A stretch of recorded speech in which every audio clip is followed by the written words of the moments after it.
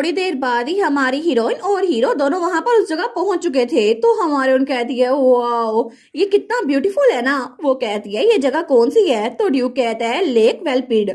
तो हमारी उन कहती है वाओ इसका तो नाम भी अच्छा है। वो कहता है ये एक प्राइवेट प्रॉपर्टी है जो कि हाउस ऑफ ब्लेनम के अंडर आती है। तो तब उसकी तरफ हाथ बढ़ाते हुए कहता है क्या हम दोनों वॉक करें। तो हमारी उन कहती है जी जी बिल्कुल। और तब वहां पर जो बल्ब लगे हुए थे उनके अंदर तितलियां थी जो कि जगमगा रही थी। और तब वो दोनों हाथ में हाथ पकड़े वहां से वॉक कर रहे थे। लेकिन तब हमारी हीरोइन कहती है क्या हमेशा से यहाँ पे लाइट्स थी। मुझे लगता है कि बहुत लंबे अरसे पहले ये तो बंद थी ना ये जगह। वो कहता है मुझे लगा था यहाँ पे रात के वक्त बहुत ज्यादा अंधेरा होगा इसी वजह से मैंने ऑर्डर किया कि जैसे हम यहाँ पे पहुंचे ना यहाँ पे लाइट्स लगा दी जाएं। तो हमारी उन कहती है क्या आपने आधी रात को सर्वेंट्स को यहाँ दौड़ाया ताकि वो यहाँ पर लाइट्स लगा दें। लेकिन तभी वो हमसे पूछती है पॉप क्विज सबसे बुरी टाइमिंग क्या होगी किसी एम्प्लॉय के लिए। Number 1 over time, number 2 power trip या नंबर 3 बॉस का कोई काम। लेकिन इसका सही आंसर है नंबर 4 वर्किंग ओवर टाइम क्योंकि बॉस ने आपको पर्सनल काम दिया है। वो सोचती है ये तो मेरे लिए नाइटमेयर था अपनी पुरानी लाइफ में लेकिन अब मैं ग्रैंड डचेस बन गई हूँ तो मैं भी दूसरों से यही करवा रही हूँ। तो ड्यूक कहता है नहीं नहीं ये सब कुछ तो मैंने विजिट को कहा था और उसके लिए तो ये बच्चों का खेल है आपको फिक्र करने की जरूरत नहीं है। हमारे उन कहती है एक विजिट। वो सोचती है अरे हाँ कहानी के अंदर वर्ल्ड व्यू में विजिट भी थे है ना। वो कहती है क्या मैं भी विजिट से मिल सकती हूँ। तो ड्यूक कहता है वो तो ग्रैंड ड्यूक के कैसल में टॉप पे रहता है वो बहुत ज्यादा रूड है और थोड़ा सा पिकी है इसी वजह से अगर उसने आपको ऑफेंड कर दिया तो हमारे कहती है कोई बात नहीं एक विजिट मैं तो सच में उससे मिलना चाहती हूँ। तो ड्यूक कहता है ठीक है तो फिर जैसी अपॉर्चुनिटी आएगी ना मैं आपके साथ उसकी मीटिंग अरेंज करवा दूंगा। तो तब वो कहता है क्या हम थोड़ी देर के लिए वहां जाके बैठे। तो हमारे कहती है जी जी बिल्कुल। और तब वो लोग वहां पे चाय डाल रहे थे। तो हमारे उन कहती है आज तो चाय बड़ी मजेदार लग रही है क्योंकि यहाँ पर इतना खूबसूरत मंजर है ना। लेकिन क्या ये सब कुछ भी विजिट ने प्रिपेयर किया है। वो कहता है नहीं बटलर वाटली ने ये टी प्रिपेयर की है और मैंने उसे ओवर टाइम नहीं करवाया उसने ये सब कुछ खुद करने के लिए वॉलंटियर किया था। हमारे कहती है मैं समझ गई मैंने तो बस आउट ऑफ क्यूरियोसिटी पूछ लिया। और तब वो हंसती है। लेकिन ड्यूक उसको बड़े प्यार से देखता है। वो कहता है मैंने कभी भी आप जैसी कोई लड़की नहीं देखी। तो हमारी कहती है मेरी जैसी। तो ड्यूक कहता है मुझे पहले बताया था कि उसने कभी भी कोई ऐसी मिस्ट्रेस नहीं देखी जो अपने सर्वेंट साथ इतनी काइंड हो। सब लोग को ये फैसिनेटिंग लगता है। तो हमारे कह दिए अच्छा तो इसका मतलब ये अच्छी बात है ना। तो ड्यूक कहता है बिल्कुल और आप बहुत ज्यादा काइंड हैं।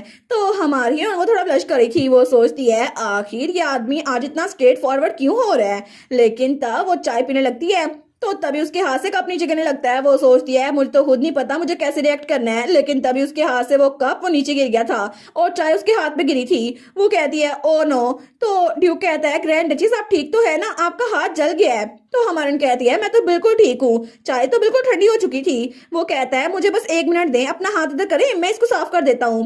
वो सोचती है ये तो बहुत क्लोज है मैं तो सच में बहुत ज्यादा नर्वस हो रही हूँ। वो कहती है नहीं नहीं मैं बिल्कुल ठीक हूँ। लेकिन ड्यूक कहता है फिर भी जस्ट इन केस जब हम वापस आएंगे ना तो आपको डॉक्टर को दिखाना पड़ेगा। लेकिन तभी वो हमारी हीरोइन को देखता है तो उसके बहुत ज्यादा क्लोज था और तभी ड्यूक वो भी ब्लश करने लग गया था।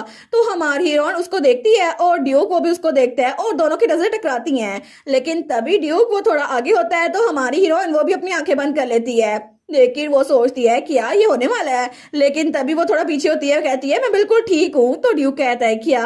वो भी थोड़ा शौक हो गया था वो थोड़ा पीछे होते हुए कहता है अच्छा ये तो अच्छी बात है। तो हमारी हीरोइन कहती है ना ये अच्छी बात है ना। और दोनों ऑकवर्डली हंसने लग गए थे। और तब वहां पर थोड़ी देर बाद वो कहती है लेकिन योर ग्रेस आखिर आपने वो हैंकरचीफ क्यों नहीं यूज किया जो मैंने आपको दिया था।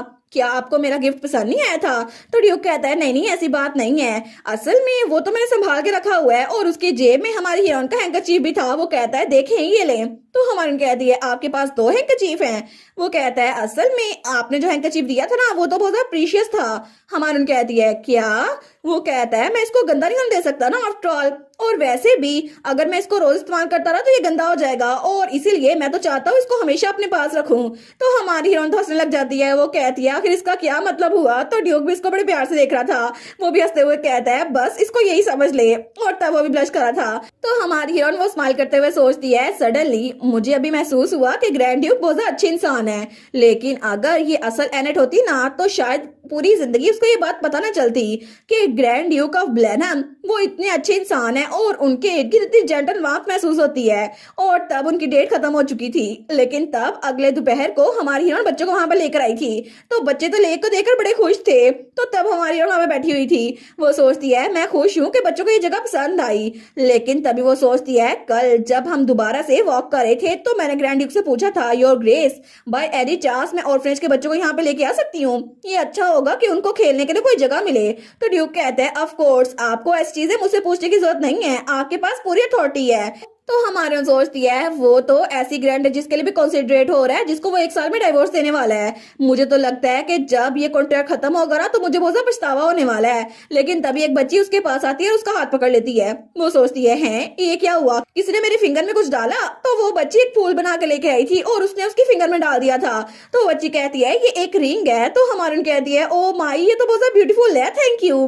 तो तब वो उस फिंगर को देखकर स्माइल करती है, लेकिन तभी दूर से उसको सिसिलिया देख रही थी। तो तब वो तो बड़ी सीरियस हो गई थी, जैसे उसे किसी बात की टेंशन हो। लेकिन तब रात के वक्त हमें ड्यूक का मीनार दिखाया जाता है और तब पैरल तो हंसी खुशी वापस आ रहा था। वो सोचता है आहा छुट्टी हो गई, अब तो घर जाके ऐश करूंगा, आराम से सोऊंगा। लेकिन तभी वहां पर सिसिलिया आती है। वो कहती है सर पैरल। तो पैरल डर जाता है। वो कहता है कि ये कौन है? वो कहता है मिस सिसिलिया आखिर आप आधी रात को यहाँ पर क्या कर रही हैं? तो सिसिलिया कहती है मैं तो यहाँ पर इसलिए आई क्योंकि मुझे आपको कुछ बताना था, बहुत खामोशी से। वो सोचता है इतनी खामोशी से कि मेरा दिल ही बाहर आने वाला था, बस कर दे, अब बताए क्या बात है। तो तब उसको वो रिंग देते हुए कहती है सर पैरल आपको ये चीज क्या लगती है? वो कहता है एक फ्लावर रिंग, लेकिन मुझे लगता है कि थोड़ी सी मुरझा गई है। तो सिसिलिया कहती है सर पैरल आपको हर ग्रेस अच्छी लगती है ना कि वो इस ड्यूकल हाउस में रहे हैं ना, आप चाहते हैं ना कि वो ड्यूक के साथ रहें? तो वो कहता है ऑफ कोर्स, उससे पूछने की क्या बात है। तो हमारून कहती है आज एक छोटी बच्ची ने ऑर्फनेज से हमारी डचिस को ये गिफ्ट दिया था और उन्होंने बोला था ये पहला फ्लावर है जो उनको रिसीव हुआ है, लेकिन वो इसको संभाल के रखे हुए थी और अब तो ये मुरझा भी गया है। तो पैरल कहता है इसका क्या मतलब हुआ? वो कहती है इसका यही मतलब हुआ कि ग्रैंड ड्यूक ने अभी तक उनको कोई फ्लावर भी गिफ्ट नहीं दिया। आखिर आपको क्या लगता है ये कैसे हो सकता है? आपको लगता है ये बात सेंस बनाती है? तो पैरल सोचता है ये बात तो बिल्कुल सेंस बनाती है, क्योंकि ये यंग लेडी ये तो ड्यूक से कुछ ज्यादा एक्सपेक्ट कर रही है। हालांकि मुझे ड्यूक का पता है वो तो बिल्कुल भी रोमांटिक नहीं है। तो सिसिलिया उसके पास आते हुए कहती है बाय एनी चांस क्या ये बात सच है? मैंने मेट्स को बातें करते हुए सुना है कि ड्यूक और डचीज वो एक कमरा शेयर नहीं करते, तो इसका मतलब है वो रियल हस्बैंड और वाइफ नहीं है। लेकिन उसकी बात सुन के पैरल तो बिल्कुल ब्लश करने लग गया था। वो कहता है उस बारे में मुझे क्या पता, आप ड्यूक से जाके पूछे ना। तो तब वो कहती है आपको इसके बारे में क्या लगता है? मुझे तो लगता है कि टेरिटरी के लोग हर ग्रेस को एक विलन समझते हैं, है ना? तो पैरल सोचता है क्या? वो कहती है बहुत लंबे अरसे पहले की बात नहीं है, जब मैं और वो रात को बाहर गए थे ना तो कुछ लोग हमें रास्ते में मिले थे और उनको देख के डचिस तो डिप्रेस हो गई थी। तो पैरल कहता है क्या ऐसा कुछ हुआ था? तो सिसिलिया कहती है क्या हो अगर डचिस वो हार्ट ब्रोकन होकर ये जगह छोड़ के चली जाए, आपको नहीं लगता कि हिज ग्रेस को उनको चैलेंज करने की जरूरत है ताकि वो उस प्लेस के साथ अटैच हो जाएं? तो वो कहता है ये बात गलत तो नहीं है, लेकिन तो सिसिलिया कहती है सर पैरल क्या ग्रैंड डचीज अगर चली गई तो आपको क्या लगता है कि सबसे बुरी लाइफ किसकी हो जाएगी, जिसको संभालना बिल्कुल मुश्किल हो जाएगा? तो पैरल सोचता है क्या वो इमेजिन करता है ड्यूक कहेगा अगर डचिस चली गई तो फिर यहाँ पे जिंदगी में कुछ बाकी नहीं बचा और डचिस के साथ टी टाइम वॉक्स सब कुछ वो खत्म हो जाएगा। और वो सोचता है उसके अलावा वो सब कुछ तो वर्क टाइम बन जाएगा। अभी तो मैं थोड़ा रिलैक्स होता हूँ, लेकिन डचिस के जाने के बाद मैं बिल्कुल रिलैक्स नहीं हो पाऊंगा। और वो सोचता है डचिस जा रही है और कह रही है फेयरवेल एवरीवन। तो वो कहता है जल्दी वापस आ जाए ग्रैंड डचिस ग्रैंड ड्यूकल रेसिडेंट में। लेकिन तभी ये सब कुछ सोच गई पैरल तो बेचारा बिल्कुल कंफ्यूज हो गया था। वो कहता है लेडी मुझे ये बताएं आखिर मैं आपकी हेल्प कैसे कर सकता हूँ? और जितना डरा हुआ करेक्टर हमारे पैरल का है ना, मुझे लगता है इसकी जोड़ी सिसिलिया के साथ ही अच्छी रहेगी। लेकिन तब हमें अगले दिन का सीन दिखा जाता है। तो हमारी डचिस वो तैयार होके आगे आई थी। वो सोचती है क्या आखिर सिसिलिया मुझे बुला के कहाँ गायब हो गई? मैंने देखा था कि वो सर पैरल के साथ सुबह से कुछ बातें कर रही है, मैंने तब से उनको देखा नहीं है। लेकिन तभी वो सामने देखती है तो ड्यूक आ रहा था। वो कहती है योर ग्रेस। तो ड्यूक कहता है कि आप कहीं जा रही थी? वो कहती है मैं तो सप्लाईज को ऑर्गेनाइज करने वाली थी जो ऑर्फनेज में भेजनी है, लेकिन मैंने सोचा थोड़ी ब्रेक ले लूं और थोड़ा वॉक पे निकल जाऊं। तो ड्यूक कहता है फिर क्या आप मेरे साथ वॉक करेंगी? तो हमारन कहती है जी। तो ड्यूक कहता है असल में मुझे आपको कुछ दिखाना था। और तब वो ब्लश कर रहा था। लेकिन तब थोड़ी देर बाद हमारी हीरोइन जब वहां पर आई थी ना वो तो बिल्कुल शॉक हो गई थी। वो कहती है वाओ ये जगह तो कितनी ज्यादा खूबसूरत लग रही है ना, और वहां पे बहुत सारे फ्लावर्स थे जो कि जमीन के अंदर ही थे। वो कहती है ये कैसे हो गया? आज सुबह सुबह जब मैंने देखा था तो गार्डन में मिट्टी के अलावा कुछ भी नहीं था। तो ड्यूक कहता है ऑर्फनेज और बाकी सारा काम आप संभाल रही हैं, तो मुझे लगता है कि मैं आपकी तरफ मकरूज हो गया हूँ, इसीलिए मैं चाहता था कि आपको रीपे कर सकूं, हालांकि थोड़ा सा ही सही, लेकिन इसीलिए मैंने आपके लिए ये सब कुछ किया है। तो हमारी डचेस कहती है इसका मतलब है कि आपने ये सब कुछ मेरे लिए प्लान किया ताकि आप मुझे गिफ्ट दे सकें। वो कहता है जी बिल्कुल, और इसीलिए मैंने आपके लिए पूरा का पूरा गार्डन अरेंज करवा दिया जहाँ पे फ्लावर्स है। हालांकि मैं आपको बुके दे सकता था, लेकिन मुझे लगा आपको ये पसंद आएगा क्योंकि आपको मुरझाए हुए फूल पसंद नहीं आते। तो हमारी हीरोइन बिल्कुल खामोश हो गई थी और इन सारे फूलों को देखती है। लेकिन हमारा ड्यूक कहता है क्या इसका मतलब है आपको ये पसंद नहीं आई? मुझे लगता है कि मुझे आपके लिए बुके प्रिपेयर करवाना चाहिए था। तो हमारी कहती है नहीं, ऐसी कोई बात नहीं है। और तब वो मुड़ते हुए कहती है असल में मुझे ये सब कुछ बहुत ज्यादा पसंद आया। तो ड्यूक कहता है क्या? तो हमारी हीरोइन तो ब्लश कर रही थी और बहुत ज्यादा खुश थी। वो सोचती है सच में मुझे ये जगह बहुत ही ज्यादा खूबसूरत लगी है, ये जगह तो बहुत ही ज्यादा खूबसूरत है। और तब उन फूलों को देख रही थी तो वो सोचती है इन फूलों को जमीन के अंदर लगा हुआ देखना बहुत ही ज्यादा अच्छा है, आपने बहुत ज्यादा अच्छा काम किया। लेकिन वो सोचती है मैंने कभी भी अपनी लाइफ में फ्लावर्स रिसीव नहीं किए क्योंकि मेरी पास्ट लाइफ में ये तो मेरे लिए बिल्कुल भी प्लेजेंट गिफ्ट नहीं था, क्योंकि मैं तो एडवर्टाइजिंग कंपनी में जॉब करती थी ना।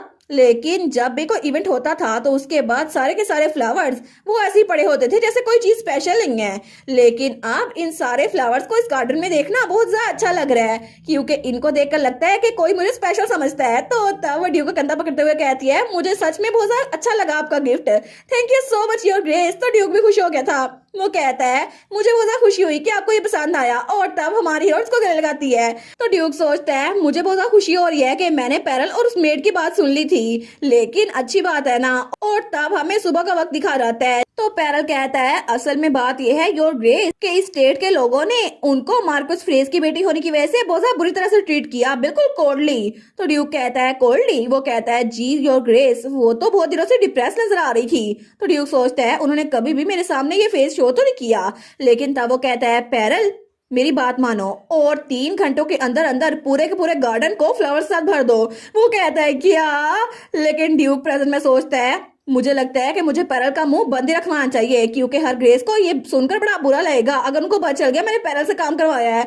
और दूसरी तरफ बेचारा पैरल वो सोचता है ये हार्ड लेबर, ये जिंदगी मुझसे नहीं जी जाती, आखिर सारा काम ड्यूक का मुझे क्यों करना पड़ता है। और बेचारा पैरल मशवरा देकर पछता रहा था कि आखिर मैंने ड्यूक को एडवाइस दी क्यों है, हालांकि सारा काम उसको ही करना पड़ रहा था।